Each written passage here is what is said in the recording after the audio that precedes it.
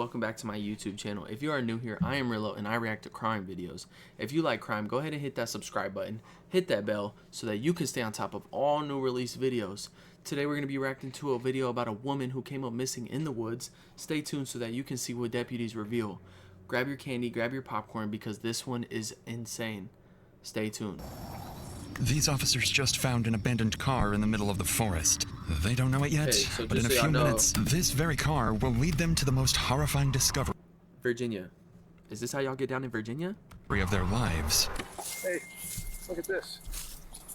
Is that a body? This looks like a grave.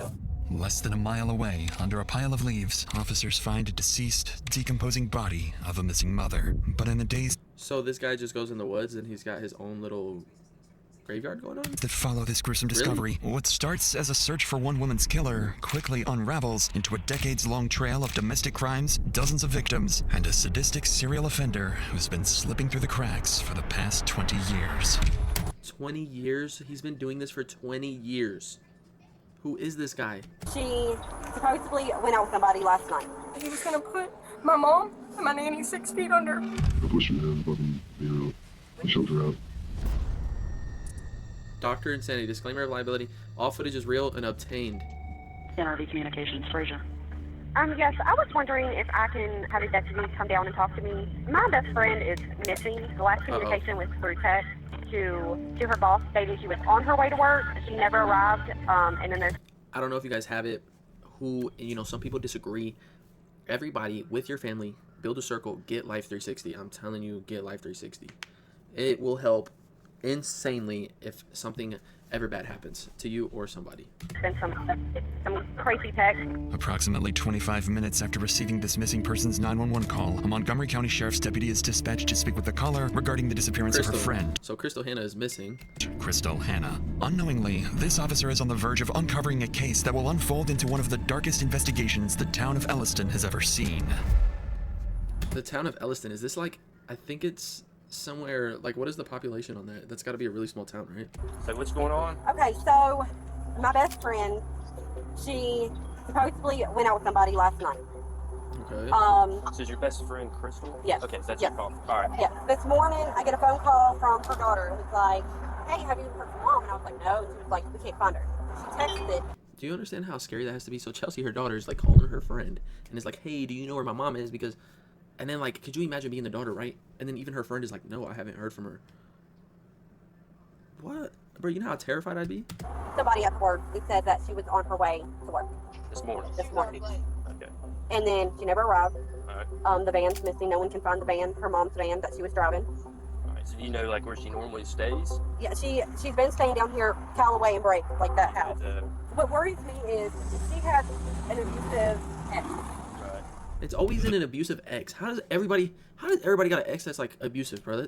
That's The crazy. statements provided by Crystal's friend are But it wasn't the ex though. Like, there's somebody else out here that is committing crime. So, I mean, obviously they don't know that, but the ex is not the one that has done it, correct? troubling to say the least, but it's the combination of details that really stands out. A missing vehicle, an abusive ex, and a mysterious man Crystal went on a date with just the night before. Right. Taken together, it paints a situation that could lead in almost any direction. With that in mind, officers quickly get to work. One heads to Crystal's home to conduct a welfare check, while another calls her daughter, Chelsea, to gather more details about the man her mother was supposedly Bro, I know her daughter is so sick, bro. meeting the previous night. Like, I just want her to be home and everything be okay. Yeah, no, I'm sure she's fine. I'm sure she's fine. I get that you're trying to help Chelsea relax, but she's probably not fine, bro. So what time about last night was that last text? Okay, so about last night, she told me at 8:03, she said, love you, beautiful, and I said, love you, mom. She said, I'm probably going out, and then she told me where she would leave the key, and I said, with who? And she said, a guy named Matt, don't say anything, because she didn't want me to let her ex know, because her ex is crazy, and she said, I may not have service, he lives on 12 o'clock knob. 12 o'clock knob? Yeah. What is 12 o'clock knob? Yes. Was there a specific address on at 12 o'clock knob? Okay, no, she actually said he lives on 12 o'clock knob. So Oh, okay, that's a street name. What's Okay. his first and last name? his name is Matt, and I don't know if he goes by Matt or Matthew, but his name is Matt Thomas. And I would appreciate. I'm telling you right now, that's not his real name. Anybody can just, if you're making up a name, Matt Thomas, come on, bro. That's like a name you think of when you're like I don't know. You're capping, bro. You're capped out. Like, as soon as y'all find out something, and if you find her or find out anything about her, Yeah. please call this number. Absolutely. Okay, will do. With That's like saying my name is Bob Gabe. Come on, bro. Crystal's daughter questioned, officers are now able to attach a name to her mysterious date, Matthew Thomas, who supposedly lives somewhere on 12 o'clock Knob Road. Meanwhile, the officer sent to conduct a welfare check arrives at Crystal's home, but no one answers the door, and her van is missing. Detectives back at the station waste no time and begin calling more of Crystal's family and friends, trying to determine whether— Real quick, non-crime related. If you like Mexican candy, this one right here is an absolute banger. Just letting you know right now. there's any chance she may have left voluntarily. That's when they learned that 44-year-old Crystal was somewhat naive, but also kind, trusting, and dependable, which makes the idea that she would suddenly vanish, leaving behind her daughter, 3 sons, and her grandchild without any notice feel extremely unlikely. Missing for 24 hours? As the first day of Crystal's disappearance comes to an end, detectives know the first 24 hours are critical. So that night, they stay Yes, after 24 hours, I believe at 48 hours, you're able to be out of the country and you're missing 24 hours, not found. That is not good. late, working to track down the man Crystal was supposedly meeting, Matthew Thomas. After digging through records and filtering through multiple people with the same name, they finally get a hold of the right one. There's no way. When Is he that picks really up him? the phone, the conversation takes a strange turn. Matthew confirms that he once did live on 12 o'clock Knob Road, but he says he moved out of the state a few years ago and now lives in North Carolina. So Brody stole identification, maybe? Matthew also says he has no idea who Crystal Hannah is and claims he never spoke with her, let alone went on a date. These statements I don't leave think that's detectives stunned. Their strongest lead is suddenly over 100 miles away and denying everything. This doesn't sit right with the investigators. So while they begin verifying his alibi, they also start digging into the social media account Crystal had been texting, the one belonging to Matt Thomas. Given the urgency of the case, they file an emergency request for Facebook login records tied Oh, so she was texting him on Facebook. to the account. What they receive are IP But Brody could have low-key hacked into somebody's account and was using that, and that's how he was texting her. addresses linked to every recorded login on the account, and none of these logins came back anywhere in the state of North Carolina. Instead, they all originate from the same small Virginia town of Elliston. With this discovery, detectives are left facing an interesting possibility. So I'm wondering, he does stay in that location, right? But he hacked dude from 100 miles away, hacked his account, was messaging her on his account right there. The man Crystal thought she was talking to may have never been Matthew Thomas at all. It may have been someone impersonating him. Exactly. With that theory in mind, officers request Crystal's phone location data, and when it comes back, it starts to confirm exactly what they feared. Because the final ping from Crystal's phone comes in at 9:50 a.m. on a stretch of road called Peddler Road, just 3 miles away from the home of Brody, look at that. That's like literally in the middle of the mountains. That's what I'm saying, like, bro, nah, bro. Crystal's ex-boyfriend, James Hunter Stollard. What makes Whoa. this discovery even more unsettling is that impersonation like So the ex impersonated somebody? No. this doesn't just happen in murder cases. It can happen to anyone, because in today's world, your personal data, your name, location, contact info, it's all out there, scattered across the internet, quietly collected and sold by data brokers, often without you ever knowing. By now, 1 it's a.m. 1 o'clock in the morning, and detectives decide not to waste any time. Uncertain of what they'll find, they head straight to James's house, hoping Crystal might be there, or at the very least, that James knows something about her disappearance and the mysterious date she had the night before. But as the detectives arrive, they approach the house with unusual caution, almost as if they've already learned enough about James to know. I mean, let's be real. Like, let's look at bro real quick. Let's look at him and think about, does he look like he would do something like that? Yes, he does. This situation could turn dangerous. He very much does. What in the janky? Oh, what was that? James? Yes, sir. Hey, it's Deputy Kuzma, Montgomery County Sheriff's Office. How you doing tonight? How you doing, Good. James? I'm Investigator Marshall. I'm coming out with him. I understand you had some patrol guys talk to you earlier today. Yes, sir. Is that about Crystal? Yes, sir. So we're taking this thing pretty serious, you know, because it's not common for her to go off and be gone for any extended period of time when you guys were together, was it? What do you mean? Like, would she go off the grid and turn her phone off and Oh, yeah. she would do that? Okay. All right. Well, I understand when's I'm not gonna lie, bro. Let's be real. Let's say I cared about somebody, right? Boom. Had a child, everything. It's my ex. I feel like he does not care at all. He sounds just, he's short, it's quiet. They're letting him know that his ex is missing. And bro's like, I don't care. I mean, I get it, right? There's certain people that would miss their ex. There's some people that wouldn't. It depends on the situation of the relationship. My partner now, worst case scenario, God forbid, something like that happened, I would still care. I would freak out. I'd be like, okay, well, let's find this person. Bro does not care. The last time you saw her? In 2 days. 2 days. Yeah. So. Okay, so bro seen her 2 days. Like, what was y'all doing 2 days ago? So Friday. What's that? Yeah, it gets screwy and plus. Bro doesn't even know what today is, bro. Quit playing. Now, I unfortunately. know you really don't. Yeah. So you thinking Friday or maybe before then? Friday. So does that sound right? Did she drive up here? Probably some groceries with mom or dad. See, this is what I'm saying right here. In their case, she's bringing him groceries with her mom and dad. They must have had some kind of bond like this, tight. She's missing him, bro. Don't care. Met me at the end of the driveway and she went to distance. Just, Okay. I don't think she's talking to somebody else. I don't know. Did she ever give you any inclination where she might go or anything? Okay. All right. Well, I want to show you this real quick because I'm up front with everyone, okay, when I'm doing this stuff, just because I want to figure out stuff and move on so we don't waste anybody's time to figure it all out. So this yellow dot, you see your house, right here? This is a cell phone tower on Peddler, okay? So I did an emergency ping on her cell phone, which is now, turned off, and she was here. It was 3 points. So I got this box here, and what it says is it was west 3.1 miles from here. So I put this box so it's easy to see, and exactly 3.1 miles to your house here. She was here this morning. 24 hours. This morning at 9 o'clock. So not 24 hours. Yesterday. You just said 2 days ago, Genki. What do you mean yesterday? Last time I've seen her, I guess. What was that? Oh, you guessed? So it was yesterday, not 2 days ago. What's today? Monday. Today's technically Monday right now. He's already fried, bro. How do you not know? So yesterday was Sunday. One of those days. Okay. Well, this is not 2 days ago. This is yet Sunday morning. Like, you get what I'm saying? It's not adding up. Yeah. I fully got you. Because obviously she's not in any trouble. We're just trying to find her. You're more welcome to come in, man. When confronted with Crystal's phone location, You're more than welcome to come in. You're not gonna make them think that you're not the guy. We know you hid the body outside of the house. Of course they can come in. data, James appears genuinely caught off guard, claiming he knows nothing about it and struggles to recall the last time he saw Crystal. However, given the late hour, his calm demeanor, and If it's somebody else, I'm gonna be completely mind blown, bro. willingness to let officers search the house, nothing immediately seems suspicious. And as they prepare to search the home, they aren't aware of how much more involved he is than he's letting on. Well, make me feel better. You don't mind if we just walk around out here and whatever? Do whatever you gotta do. You sure? Yeah. Okay. Just so we can clear it off and I get some drink. you do whatever you need to do. He needs time to drink because he's scared and he got dry mouth. He's scared. Yeah. You don't care if we walk inside? Go ahead, man. I appreciate it. Did she end up moving out? She left her stuff. Ain't loose yet. You cool if we turn these lights on? Good morning. Thanks.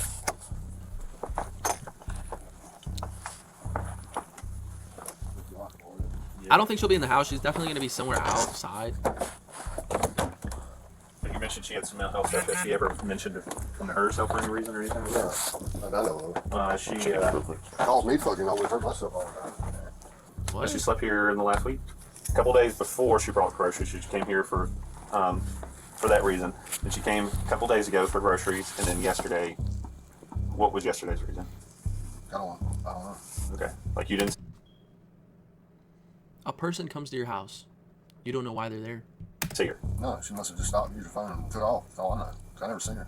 Okay. You just said you seen her. Appreciate you being so cooperative with us and letting us mark his place off and things like that. And all right, thank you. Thanks, man. We'll see you next time. Thanks, you too. The search of the house doesn't reveal anything important, and James's questioning provides no immediate cause for concern. As the first day of Crystal's disappearance comes to an end, detectives leave empty-handed, heading into another night with no idea of where Crystal is. It's 5 a.m., and Officer Richard just arrived to investigate a call about an abandoned car found in the middle of the forest. That's her At whip. first glance, it doesn't seem unusual. Vehicles are often dumped in remote areas after being stolen or used in other crimes. But this time will be different, because they're about to find exactly where Crystal had been all this time. Is she in the van? No, I know. So, I just ran the number plate, and it comes back to the missing woman from yesterday, Crystal Hannah. Let's not touch anything for now. Why is there a chain on We it? should call for backup. Upon running the license plates of the car, officers realize this isn't just a simple case of an abandoned vehicle, because this very car belongs to no one else but to Crystal Hannah. Detectives and backup units are called in to secure the area and search for any sign of Crystal. They split into groups, looking for any indication of where she might have gone. That's when two officers notice blood stains on the... Bro, I'm trying to figure out why is there a chain on the car? What happened for there to be a chain on the car? leaves not far from the car, and just beside them, drag marks in the ground. Without hesitation, they follow them. Good. Look at this. What is that? The hell? 1050R. I think we found the missing woman. No. This looks like a fucking grave. Just 100 yards from Crystal's car, officers stumble upon something deeply unsettling. A small steep made with leaves, with a rock and a couple of flowers set on top of it. A forensic team is called in immediately, and as they begin uncovering the leaves, they're prepared for the worst. Is it her?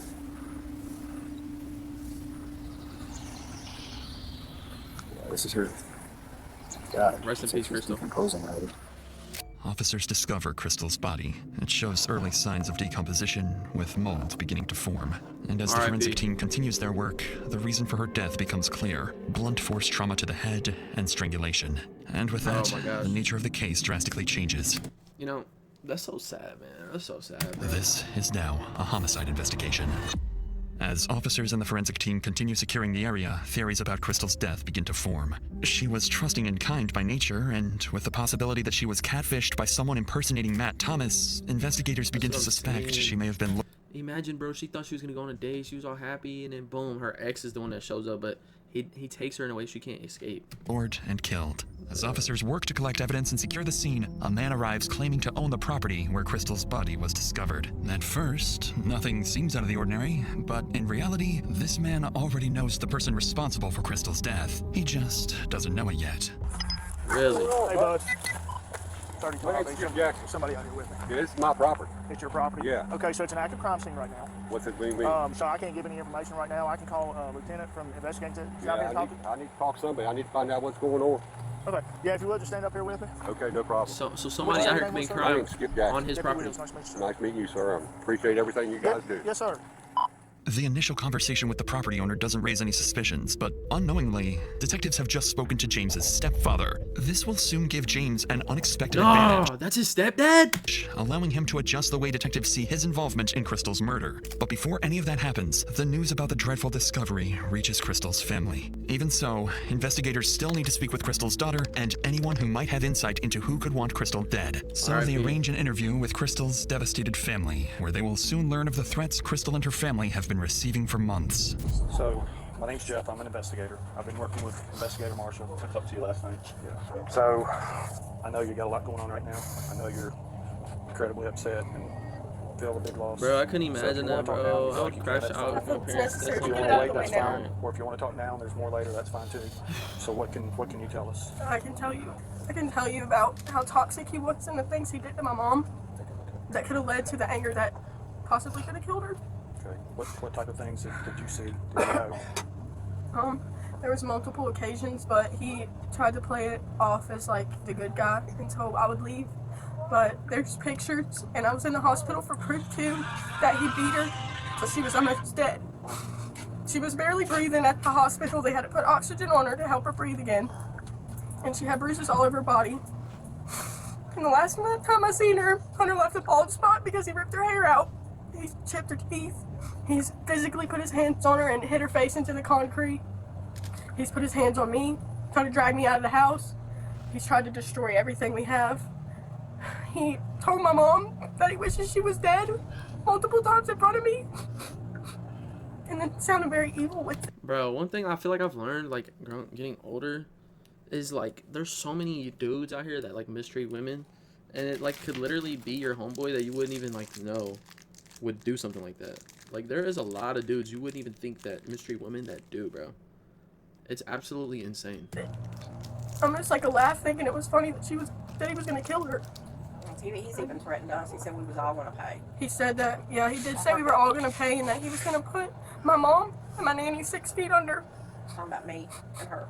Yeah. Was that text my messages? mom and my grandmother. Raised my text messages. So it was from text messages? Okay. Clearly devastated, Crystal's daughter barely holds herself together. But despite everything, she and other relatives provide new, strong leads pointing serious allegations towards James that detectives simply cannot ignore. And although Matthew's alibi has not yet been confirmed, the statements they just heard officially turn James into their prime suspect. But then around 5 a.m., they receive a strange call from James himself. Debbie Kuzma. Yeah, hey, what's going on, Stoward? We talk? Yeah. He about to confess. In person? He's about to confess. Yeah. Let me, are you at the house still? Following James's request, investigators rush to his house, already suspecting the reason behind it. With Crystal's body now discovered, James knows he's likely becoming one of the main suspects. So when he hears from his stepfather that the body has been found, he decides to solve the case in the most unexpected way. So, they talking about graveyard. Bro is putting bodies on his stepdad's property? Hey. What's going on? What's up? Huh? Crime? Yeah. What's going on, man? Tell me what's going on. Well, Okay. Uh-huh. Yeah, I get you. And we got fucking arguing over the phone. Uh-huh. Started fucking beating on me. I started getting back, and I fucked up. Alright, bro, don't say that. You got an argument on the phone, she started beating on you? Really? You tell me she hit you first? She cheated on you and she hit you first. You're not making no sense to me right now, buddy. Okay. What'd you do? Yeah? That's alright. Just be honest with me. Talking fine, other motherfuckers do. Uh-huh. Okay. I put a ring on the finger in January. Mm-hmm. I don't know. Okay. I couldn't get to her since Yep. I couldn't. Where's she at now? She's dead now. Out of nowhere, James confesses to killing Crystal.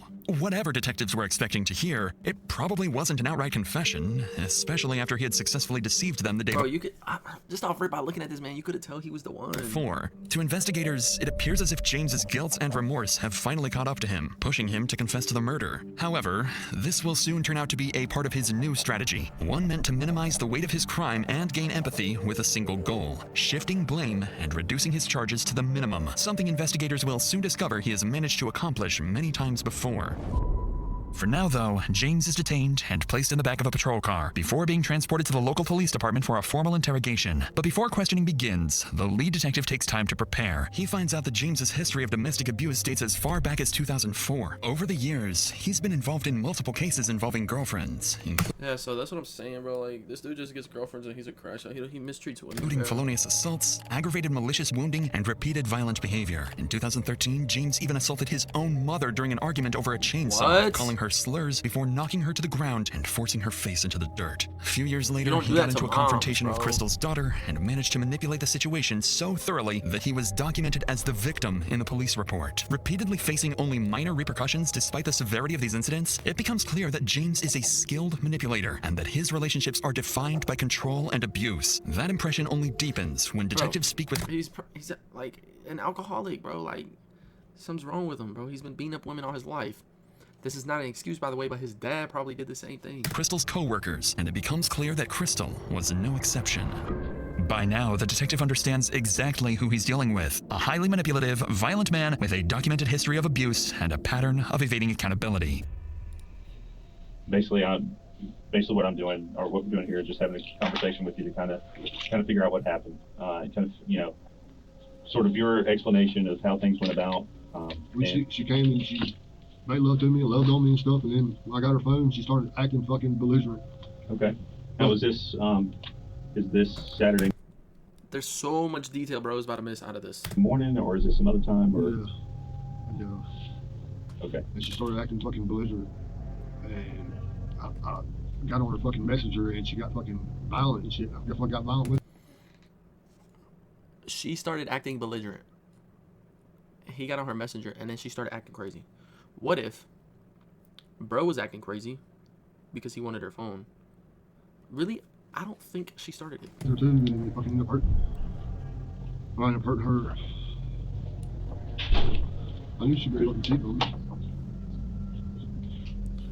Poor little guy got his heart hurt. Poor little guy. Maybe you should be nice, and maybe she would have just stayed loyal, never cheated on you, bro. You wanted to act like a piece of trash, and now that you got cheated on, you want to cry about it. She wouldn't tell me. Nobody told me. Don't even start crying, bro. Don't even do that crying shit, bro. And being with somebody for 10 years and finding out that they're I messing put a ring around on her finger in January, and she left for 2 fucking months. Who cares if you put a ring on her finger? If you're treating her bad, of course she's gonna leave. And come back. A ring doesn't mean you can just act however you want. Asked me to come back and left, and come back and left, and she left her shit there. Like, her stuff's been in my house the whole time she's been gone. I've had nothing but her in my house. I didn't even want to go in my house. Yeah. I'm even fucking still standing. I fucking starved. I probably lost like 50 pounds. It's fucking bad. And the whole time she's just running around being a fucking whore. Bro, come on, bro. This guy's stupid. It's the worst fucking hurt I've ever had in my life, man. That's what I don't understand. People are like, oh my gosh, bro, like, it's my worst pain ever, but then treats them bad. Like, of course the person's gonna leave. Do you want to just be treated bad? It's incredibly difficult. It's the worst fucking hurt I've ever had in my life. Oh, poor Because I baby. loved her with everything I had in me. And it's like I was loving the fucking floor or something. This dude's a weenie, bro. I don't understand it. I done everything I could. No. I put her name across the side of my fucking head. Just scared to fucking. It's the worst fucking hurt in the world, man. What kind of relationship? I can't even take this dude serious. It was very toxic. But I ain't never loved somebody as much as I loved her. You know what I mean? I don't understand it. Like, she could do the worst shit. She hit me with a car. Say the worst shit to me in the world, and I still, my fucking heart don't do it. But fucking pump blood for her, you know what I mean? Did she start saying the worst things to you, or you caused her to say those kind of things? I don't understand it. I think you caused her. It's like she put a fucking curse on me. Or something, I don't know. Just as detectives anticipated, James tries to cast himself as the victim, but unfortunately for him, detectives have already done their homework and know exactly who they're dealing with. So they stay calm and act understanding, because what matters most now is getting James to provide as many details as possible about the day of Crystal's death. It's crazy because bro's like, you know what? She acted so bad to me that this is why I did this to her. But really the whole like true story is he acted this bad to her, which made her crash out, then made him crash out. Like, bro, it's not her fault, it's yours. You caused her to do this, which then made you do that. It's just, that's what I don't like about some people, is like, some people will act a certain way, and then towards people, and then when they get the response that they deserve, then they act like the people are being mean to them. However, while investigators prepared for more manipulation attempts, James is about to do the exact opposite. So as that's going on, and you've referenced a few times of, you know, you said you hit her, right? Was that with an open hand, closed fist, with something? Okay. Do you have anything in your fist? Okay. Was it? Do you know if it was your right or left hand, or? Right. Okay. Okay. After you hit her, she said she was. I don't know what she said. She was so fucking blind, dude. Okay. I'm trying. Hey, take your time. There was a lot of fucking. Her yelling, like, give me my phone, give me my phone, give me my phone. Give me my phone. I still had the phone when I hit her, and she still was acting fucking retarded. Like, trying to fucking come at me and all this other fucking shit. All she was worried about was the phone. She didn't want me to find what the fuck was on it. And it got fucking bad. I pushed her down and fucking hit her up. After you hit her the first time, pushed her down? Did you say, like, tackled her, or just grabbed her and threw her down? Threw her down. Okay. Then what happened next? Did you jump on top of her, or what happened next? I choked her out. Then what happened? What happened next? And I moved her where she was Okay. So, at. Put flowers in her, covered her up. What'd you use to cover her up? Leaves and sticks. Try to put a rock on top of her, like a headstone or something. I didn't want to be totally disrespectful. I didn't want to be totally bro, shut up. This guy's this guy's so stupid. I did love her. Yeah. And then bro talking about he did love her. If you love somebody, bro, you're not gonna get rid of them, bro. She's so fucked up. She was my fucking world. Bro, shut up. And she took my world from me. And it's like she's running around with it. Surprise. She didn't take the what? Surprisingly, James drops his attempts to manipulate the facts and gives detectives a clear account of the murder. At first, it appears as if James has given up trying to escape justice, but that impression does not last, because James is about to try something that he thinks will buy him time and help him minimize the consequences of his actions. I got intermediate explosive disorder, and I got like 6 other fucking things that I don't take medicine for. Stop. Are those things diagnosed? Okay. Do you know what they are? You said intermediate. I'm sorry. Intermediate explosive disorder. I got bipolar, PTSD, ADHD. You can't use that, bro. Since 2003, you've been beating up women. Come on. Some other kind of fucking shit. I got diagnosed by a psychiatrist for 3 reasons too. So listen to this one. This is one of those kind of questions that some people think are kind of silly. So, did you have any strange or unusual mental experiences around the time of this crime? And if you did, what were they? When did they begin? So have you ever heard or seen things that weren't really there? Not drugs either, buddy. I heard many things, but I don't ever see shit. I hear shit all the time. Now, was it while you're taking drugs or? just makes it nice. An all-time thing. How do I speak to a doctor? The doctor?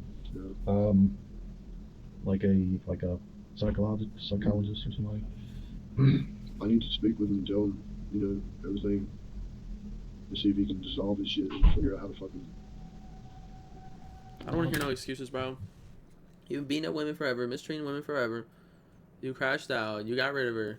Do your time, buddy. Doing all right? All right. We rock and roll? Yep. All right, bro. You know how to run on? With James raising concerns about his mental state and requesting a psychiatrist, the interrogation comes to an end. He's placed in jail while awaiting a court-ordered mental evaluation, gaining time to prepare his act before any future questioning takes place. Meanwhile, the investigators still have some work to do. They work on confirming Matthew Thomas's alibi, and when they do so, he's officially ruled out as a suspect, eliminating any uncertainties about his involvement. Then, just days later, James is evaluated and questioned by a court-appointed forensic psychiatrist. However, his performance doesn't last long.